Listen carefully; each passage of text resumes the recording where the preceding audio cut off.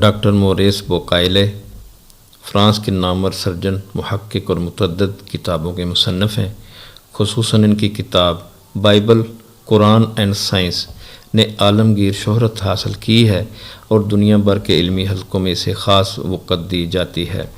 Origin of مین بھی انہی کی تصنیف ہے، جس میں مصنف نے محکم دلائل سے ثابت کیا ہے کہ 1400 سال پہلے انسان کے آغاز کے بارے میں قرآن نے جو موقف اور نظریہ پیش کیا ہے، جدید سائنسی تحقیقات اس کی ہو بہو تصدیق کرتی ہیں۔ دلچسپ امر یہ ہے کہ چرچ نے بھی ڈاکٹر بوکائلے کی ان تحقیقات کی تائید کی ہے اور انسانی علوم میں اسے قابل قدر اضافہ قرار دیا۔ ڈاکٹر موصوف کے علمی مرتبہ کا اندازہ اس امر سے لگایا جا سکتا ہے کہ کیمبرج اور آکسفورڈ سمیت انگلینڈ، امریکہ اور دنیا بھر کی بڑی بڑی یونیورسٹیوں کے سیمیناروں توسیعی لیکچروں میں انہیں مدعو کیا جاتا ہے اور قرآن پر ان کے خالص علمی، تحقیقی اور غیر جانبدارانہ مقالات کو خاص توجہ سے سنا جاتا ہے۔ السلام علیکم ورحمۃ اللہ وبرکاتہ۔ بسم اللہ الرحمن الرحیم۔ اللہم صلی علی محمد وعلی آل محمد۔ ہم مسلمان کیوں ہوئے؟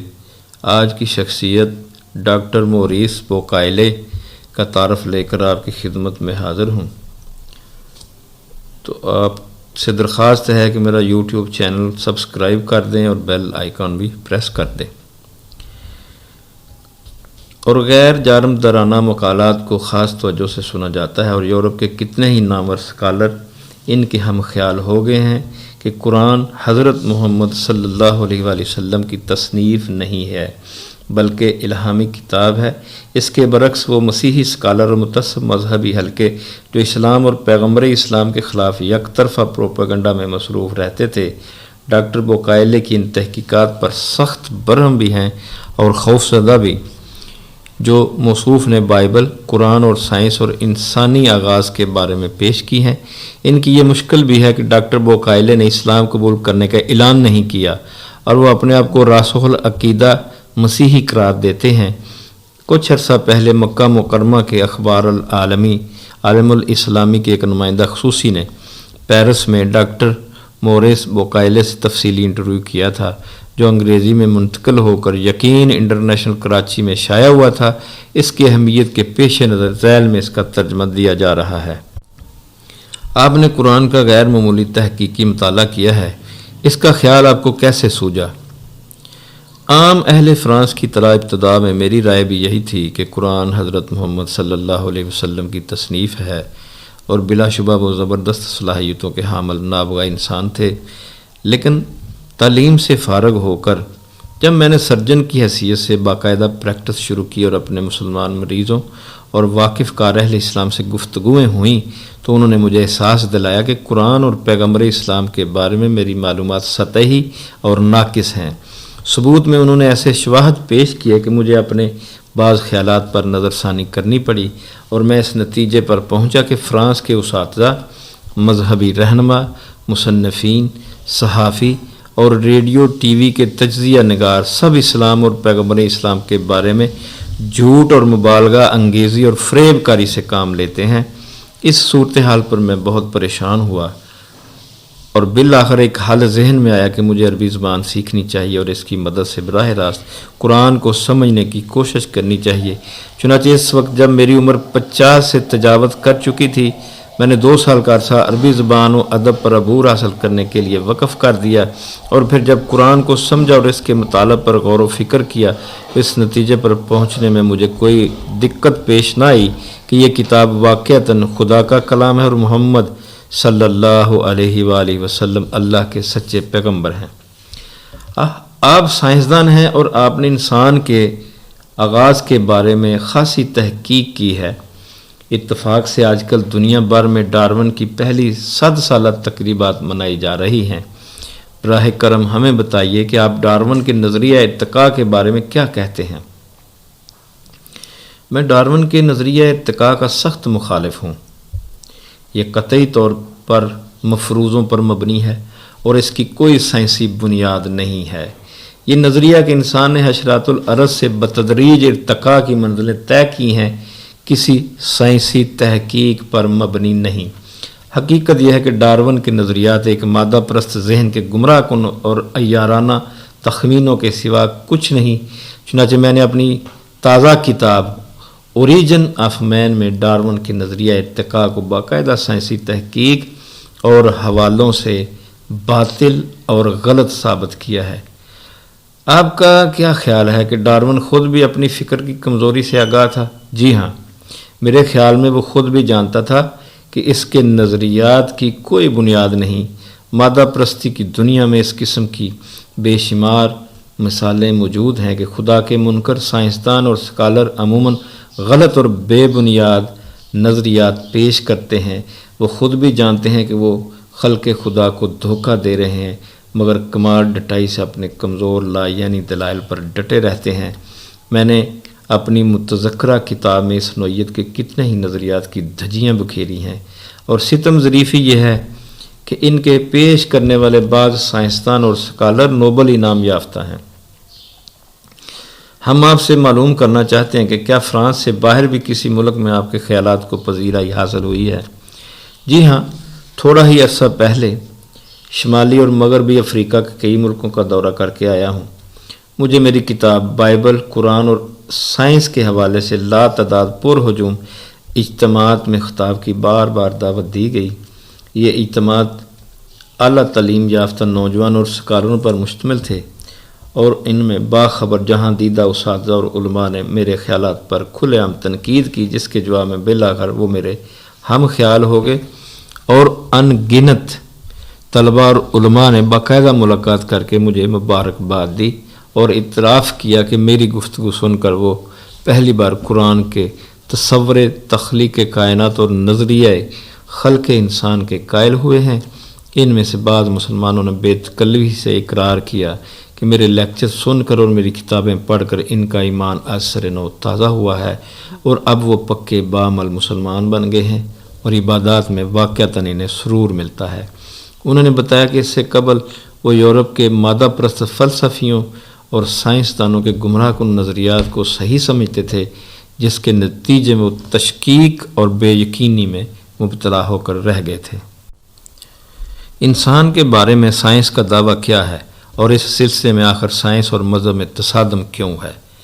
میں نے اپنی کتاب اوریجن آف مین میں یہ واضح کرنے کی کوشش کی ہے کہ سائنسی تحقیق کے اعتبار سے کتنی بات معتبر ہے اور کتنی غیر معتبر۔ اس سلسلے میں میں نے ایسے نظریات پر بھی بحث کی ہے جو شروع میں مسلمات کی حیثیت رکھتے تھے، مگر بعد کی سائنسی تحقیقات نے انہیں قطعی بے بنیاد ثابت کر دیا ہے۔ مثال کے طور پر 1851 عیسوی میں ڈارون کی پہلی کتاب اوریجن آف سپیشیز شائع ہوئی، جس میں اس نے ایک طرف تو یہ لکھا تھا کہ سارے حیوانات اپنی انواع کے اندر نسل بڑھاتے ہیں، مگر پھر یہ دعویٰ داغ دیا کہ انسان کا سلسلہ نسب بندر سے جا ملتا ہے، جبکہ ثبوت میں اس نے کوئی سائنسی تجربہ پیش نہیں کیا۔ آپ کے خیال میں پھر اسے بے بنیاد اور لا یعنی نظریے کی غیر معمولی اشاعت و فروغ کا سبب کیا ہے؟ حقیقت یہ ہے کہ بعض دوسرے لوگوں نے ڈارون کے نظریہ ارتقاء کی شکل تک بدل دی، اور جس بات کو اس نے مبہم انداز میں کہا تھا اسے حتمی دعوے کی صورت میں پیش کر دیا کہ انسان بندر کی نسل سے ہے۔ افسوس کہ ڈارون نے اخلاقی جرت کا مظاہرہ کرتے ہوئے اپنے معتقدین کے اس دعوے کی تردید نہ کی، اور اس طرح ڈارون کے حامیوں اور چرچ میں تصادم کی کیفیت شروع ہو گئی۔ بہرحال اب وقت آ گیا ہے کہ انسان کی ابتدا کے حوالے سے ڈارون پرستوں کے یک طرفہ جارحانہ اور بے دلیل موقف اور سائنسی تحقیقات کے درمیان حد فاصل قائم کی جائے۔ عموماً یوں ہوتا ہے کہ اس نوعیت کے سائنسی مباحثوں، مذاکروں اور تجربوں میں مذہبی کتابیں بھی زہر بحث آتی ہیں، اور اس طرح ان کی کمزوریاں اور خامیاں منکشف ہوتی ہیں۔ میں معلوم کرنا چاہتا ہوں کہ اس حوالے سے کیا خدا نخواستہ قرآن کی کسی غلطی اور خامی کا انکشاف بھی ہوا ہے؟ جہاں تک غیر مسلموں کی مذہبی کتابوں کا تعلق ہے، یہ مختلف شخصیات کی وساطت سے نقل ہوتی ہوئی ایک نسل سے دوسری نسل تک پہنچتی رہی ہیں۔ یہوہ اس سلسلے کی قدیم ترین کتاب ہے جو 900 قبل مسیح میں کسی وقت لکھی گئی، اور اگرچہ زیادہ ضخیم نہیں ہے مگر اپنی نوعیت کی جامع ترین کتاب ہے۔ دوسری کتاب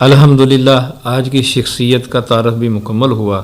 انشاءاللہ کسی دوسری شخصیت کا تعارف لے کر پھر آپ کی خدمت میں حاضر ہوں گا. تب تک کے لیے اجازت. اللہ حافظ. اللہ آپ کا حامی و ناصر ہو.